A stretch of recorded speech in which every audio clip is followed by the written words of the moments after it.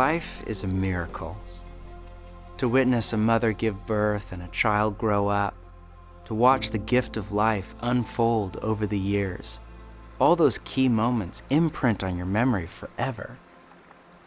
And this process of growth and change is fascinating. It's why we show baby photos at weddings and wedding photos at funerals. But the most fascinating changes aren't external, but internal. Not to our body as much as to our soul, to who we become. In the Christian way, this process of change is called spiritual formation.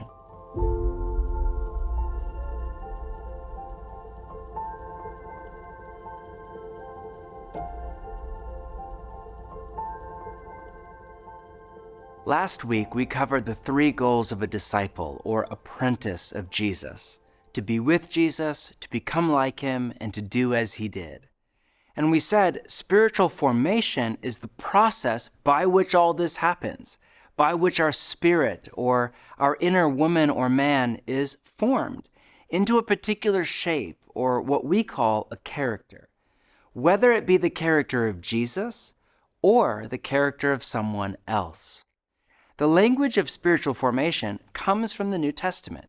For example, in Romans 12, Paul writes this to the followers of Jesus in the city of Rome: "Do not conform to the pattern of this world, but be transformed by the renewing of your mind." Notice the 2 verbs, conform and transform. Both verbs are from the same root word in Greek, metamorphao, where we get the English word metamorphosis, the word for the process by which a caterpillar is transformed into a butterfly. One lexicon defines it as to change the essential form or nature of something. This is the word picture for the depth of change that is possible in the human soul. Not just surface level behavior modification, but deep change in the heart. And in Greek, both verbs, conform and transform, are in the present passive tense, meaning they are something that is already happening to you. You are already being conformed to be more like the pattern of this world, or transformed to be more like Jesus. There is no option C, conformed or transformed.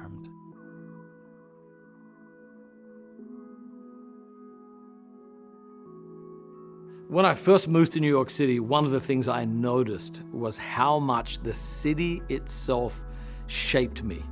New York is a formation machine. It affects your level of aggression. It affects the pace at which you walk. In fact, sociologists tell us that if you live in New York for a while, you will actually begin to walk faster than people in other cities. The stories of New York, the architecture of New York, the history of New York all work on you subtly and slowly, where when you go back and visit your families for the holidays, they often say, "What's happened to you?" And the answer is, "New York has happened to me." But you're never really aware of it in any given moment. And I think that's such an important recognition for me as a pastor, because so often people are naive and they think, I'm not being shaped by anything. Sometimes non-Christians say, I don't want to follow Jesus. I don't want to be formed by religion. But the truth is, we're all being formed by something. The question's not, shall someone form me? The question is, who will form me? The question is not, who do I want to become? The question is, who am I becoming by the forces that are working on me? And I think Paul really understood the importance of making our formation conscious. He said to the Romans in Romans 12, do not be conformed to the image of this world. Why? Because that's what it does. He wanted the Christians in Rome to recognize and understand how Rome was shaping them into Romans. The stories of Rome, the religion of Rome, the architecture of Rome, the practices of what it meant to participate in the empire were making them Romans. So they had to discern their formation so they could be transformed. And this is what Jesus wants us to do, to figure out who Jesus is and how his story, his truth, his love, and his practices form us into his disciples. So the great question is not, shall I be formed? The question is consciously determining who it is that that will form you.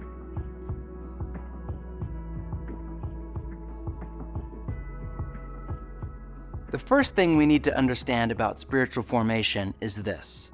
Spiritual formation isn't a Christian thing, it's a human thing. To be human is to change. We can't help it. Whether we are religious or not, we grow, evolve, go astray, come back to the path. I occasionally hear people say they are getting into spiritual formation, by which they usually mean they are reading good books and beginning to practice ancient spiritual disciplines like solitude and silence, or they are in therapy. All very good. But just to clarify, you've been being spiritually formed since before you took your first breath.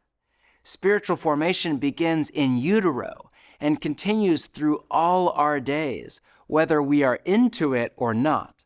Mother Teresa was a product of spiritual formation, and so was Hitler. Queen Elizabeth was spiritually formed, as was Genghis Khan. Their spirits were formed over a long period of time through a complex alchemy of genetic inheritance, family patterns, childhood wounds, education, habits, decisions, relationships, environments, and much more.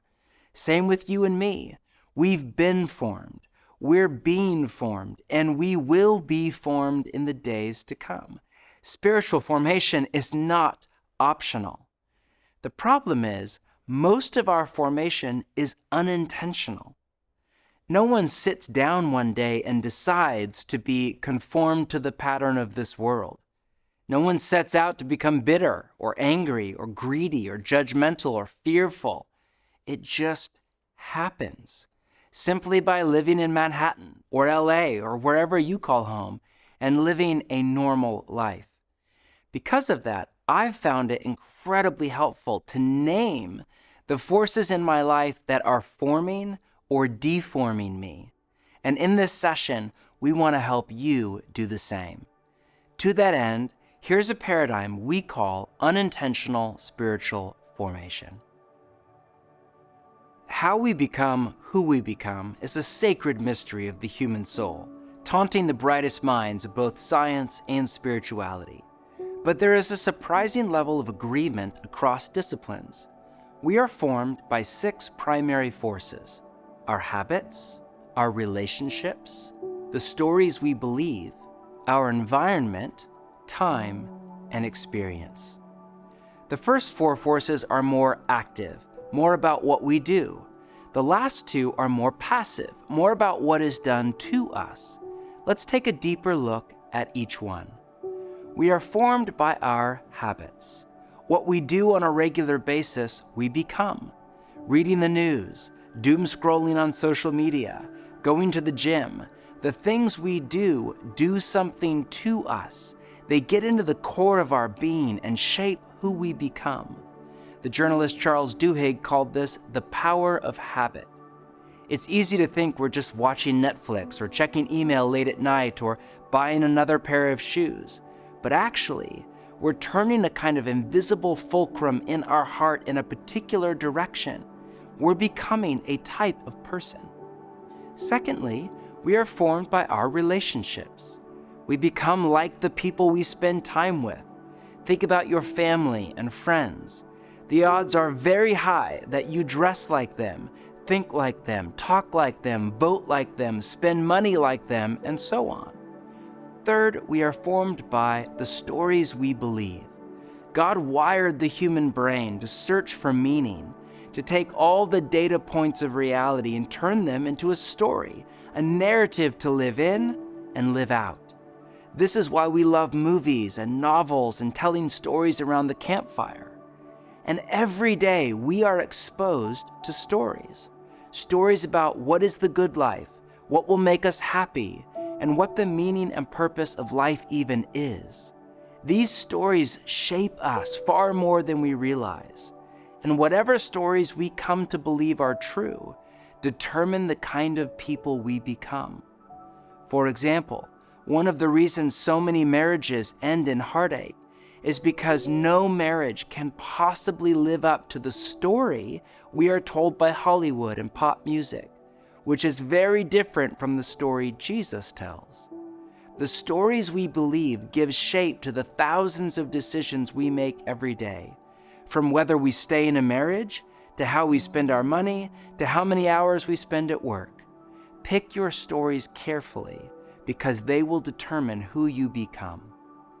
And our stories and relationships and habits all come from an environment. Whether you live in a small town or a global city, in a Western secular culture or a traditional religious culture, we all become like the place we live. And in the digital age, we all live in two places at once, in our city or town or area, and in the echo chambers of the algorithms that define our digital home. This may be good or it may be bad, but it is. You will become like your environment. These forces work on us slowly over time. They sneak up on us little by little and have a cumulative effect. We wake up one day and realize we've changed. And through experience, we are deeply shaped not just by what we do, but by what is done to us. Nowhere is this more true than in our family of origin and our childhood, but it's also true of our whole lives. Do we go to college or drop out of high school? Get our dream job or file for bankruptcy? Get married, get divorced, or stay single? Our experiences deeply shape who we become. In summary, we are formed by our habits, relationships, the stories we believe, and our environment.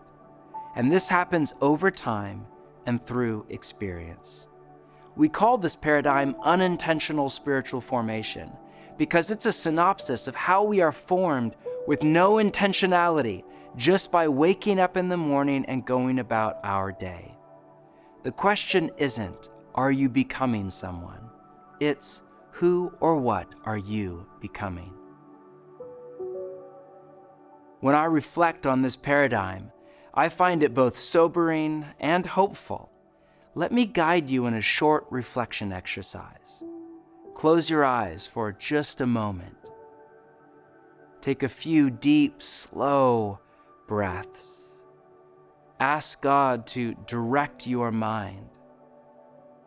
Now, imagine yourself at 70 or 80 or 90. What kind of person do you see? Ask yourself, who am I becoming?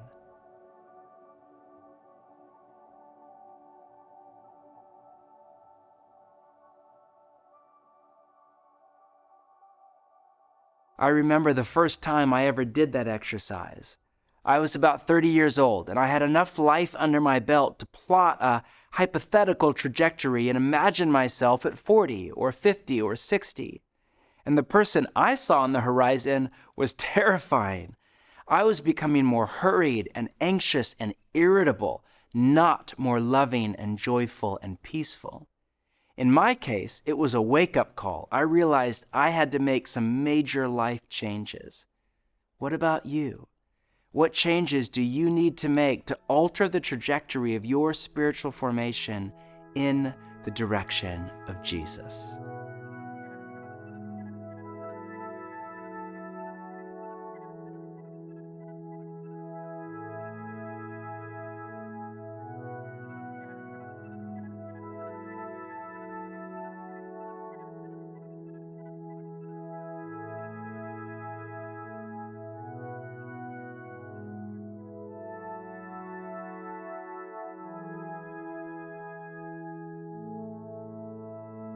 Thank you for listening.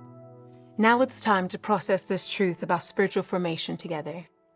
You may be feeling a number of emotions as you realize you're becoming a person, and that all sorts of forces in your life, from your morning routine to your friend group to your social media feed, are deforming you more than forming you. Let's process this together. Circle up in groups of 3 to 5 people and talk through the following questions. The first: what habits do you keep in your daily and weekly life, and how might they be shaping you?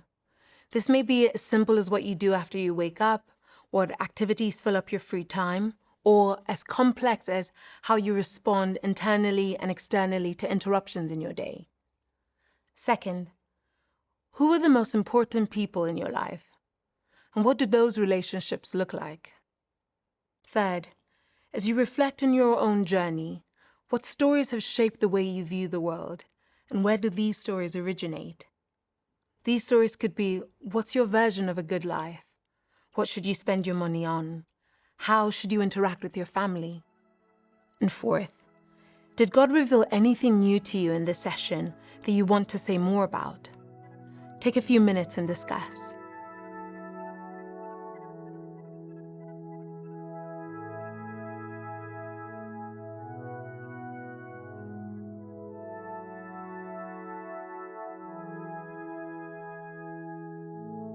Now it's time to take the next step. For those of you reading the Practice in the Way book alongside the course, this week we're reading part 2. And as we said in the last session, each week we'll offer a spiritual exercise for you to move forward in your discipleship to Jesus. Everything we offer is invitational. We make recommendations, you make decisions. But open up your guide to session 2 and let's explore this week's spiritual exercise.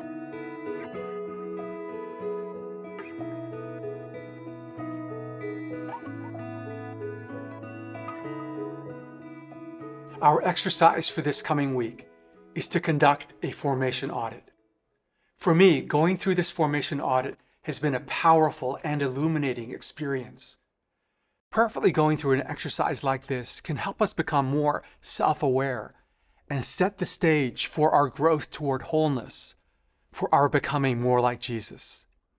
In this exercise, we take an inventory of all the forces that are currently forming us.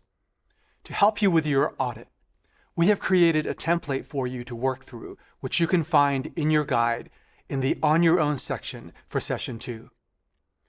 In this audit, we work through each of the 6 forces that form us: the stories we believe, our habits, our relationships, our environment, our time and experiences. The first step is to write out your morning routine, your workday, your evening habits, your eating and sleeping patterns. You then write about your various relationships and your family history. The next step, which requires more reflection, is to identify how these patterns and relationships are forming you. You might want to process this step with a wise, trusted friend, a counselor, pastor, or spiritual director. As you work through your formation audit, try not to be judgmental. Don't beat yourself up. Just write down everything that has shaped you, past and present. For example, you might look at your morning routine and notice that you start your day by reading the news. You might ask, what is this habit doing to me? What kind of person am I becoming by letting the news, much of which is alarming, be the first thing in my consciousness every day? As you reflect on your routine, you may consider how you might develop a new morning routine, like the one we started last week, beginning your day with quiet prayer and reading scripture. Similarly, as you reflect on your day at school or work, you might think about your interactions with people. Do they leave you feeling stressed and anxious, or energized and grateful? Finally, you might consider what you typically do at night. Do you tend to be on your phone, watching Netflix, or playing video games? Or perhaps you have a ritual that helps you recollect the day and give thanks. How do these habits and rituals shape you? Remember, try not to be judgmental. Don't beat yourself up. Just write out all the forces in your life, past and present. This exercise can take more than an hour. We encourage you to take an evening this week or a quiet morning to do this. Although it's a longer exercise, it can open the door to profound transformation as you grow in self-awareness and are inspired to establish habits that help you grow into the person you long to become. As you reflect on these forces, ask yourself, how are they forming me? Are they leading me to a sense of life and peace and closer to God?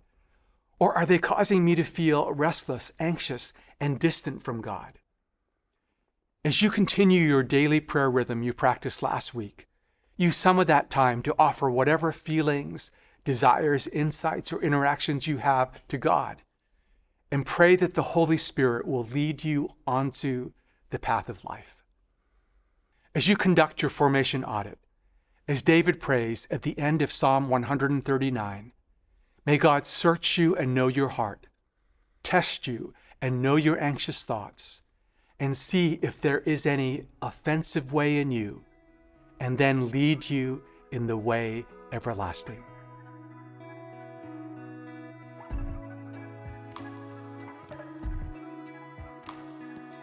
Let's review what we've covered in session 2. Spiritual formation isn't a Christian thing. It's a human thing. We're formed by a complex web of forces, but especially by our habits, our relationships, the stories we believe, and our environment. This happens over time and through experience. Most of our formation is unintentional. One of the most important questions to reflect on is, who am I becoming? And am I being intentional about who I'm becoming? One of the best ways to do this is through this coming week's practice, a formation audit.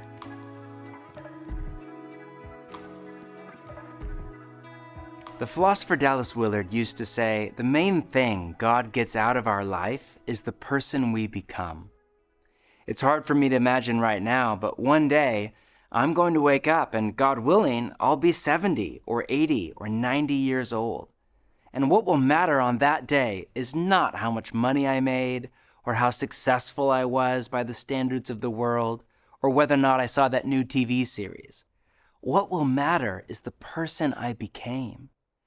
This is why Saint Benedict in the 6th century said, day by day, remind yourself that you are going to die. He urged people to meditate every day on their coming death, not to provoke fear or dread, but to remind us, don't waste your life. Live for what matters, so that when we come to the end of our lives, we can die at peace. But this will require us to reflect on our life today and connect the dots between how we are living and who we are becoming. So as you apprentice under Jesus and you conduct your formation audit and start to make decisions about your life, may you live for what matters. May you treat each day as a precious gift to be stewarded with gratitude and joy. And may every day find you more and more at peace in God.